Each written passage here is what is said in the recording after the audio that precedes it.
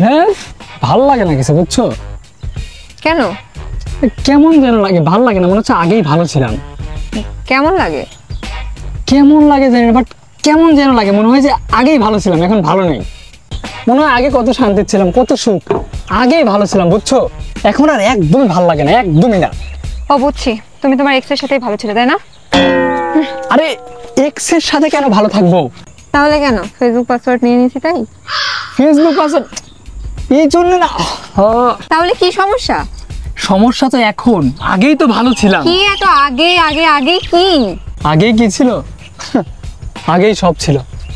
আমার বাবা এলাকার মেম্বার, এলাকার যত বয়স্ক ভাতা, বিধবা ভাতার যত কার্ড সব আমার বাবার কাছে এসে জড়ো হতো। আর আমার বাবা সব কিছু কার্ডের জাল কপি বানিয়ে যত অর্থ আসতো সব আত্মসাৎ করতো।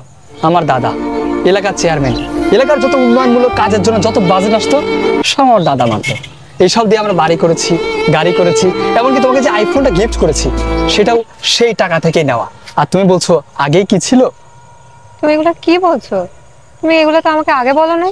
কেন বলবো তোমায়? আগে তো ভালো ছিলাম, সুখে ছিলাম, তাই এসব কথা বলার কোনো প্রয়োজনই হয়নি। তাই বলে তুমি? আহা শোনো, শুধু তাই না, জিএসসি থেকে শুরু করে এইচএসসি পর্যন্ত যতগুলো প্রশ্নফাঁস গ্রুপ দেখতাম আমরা থাকতাম। এমনকি আমরা প্রশ্ন সাপ্লাই দিতাম, টাকা দিয়ে কিনতাম। এই যে ভার্সিটি আসছি না, ভুয়া মুক্তিযোদ্ধা কার্ড দিয়ে আসছি ভাই। তোমার সাথে কি হুদায় প্রেম করতে পারতেছি বলো? তুমি কি আমার মতো রাজপত্র পেতা?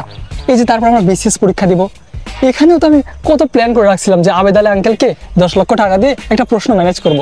কিন্তু তার আগে দেখো সে কট খেয়ে গেল। তাহলে বলো এখন কি ভালো লাগে? আগেই ভালো ছিলাম।